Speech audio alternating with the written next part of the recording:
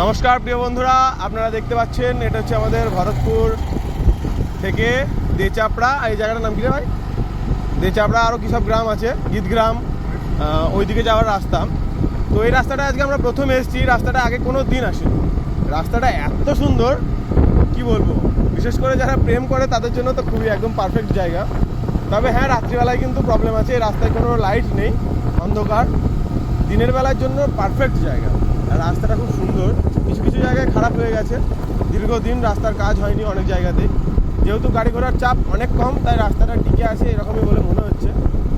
আর গাছের ছায়া, এই এক সাইডে ক্যানেল আছে, দুই সাইডেই ক্যানেল আছে।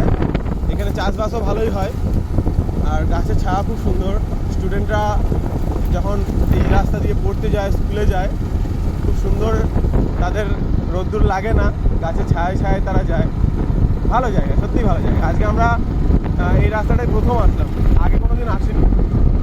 আপনারা দেখতেই পাচ্ছেন কতক্ষণ পরপর গাড়ি যাচ্ছে, অনেকক্ষণ পরপর গাড়ি যায়। রাস্তায় গাড়ির চাপ খুবই কম, কারণ হচ্ছে সামনে একটা নদী আছে। এই রাস্তাটা এই নদীতে গিয়েই শেষ হয়ে গেছে, ওখানে গিয়েই শেষ। এই রাস্তার মাধ্যমে আপনি বেশি দূর যেতে পারবেন না। এই কটা গ্রাম আছে, এই কটা গ্রামের জন্য এই রাস্তাগুলো তৈরি।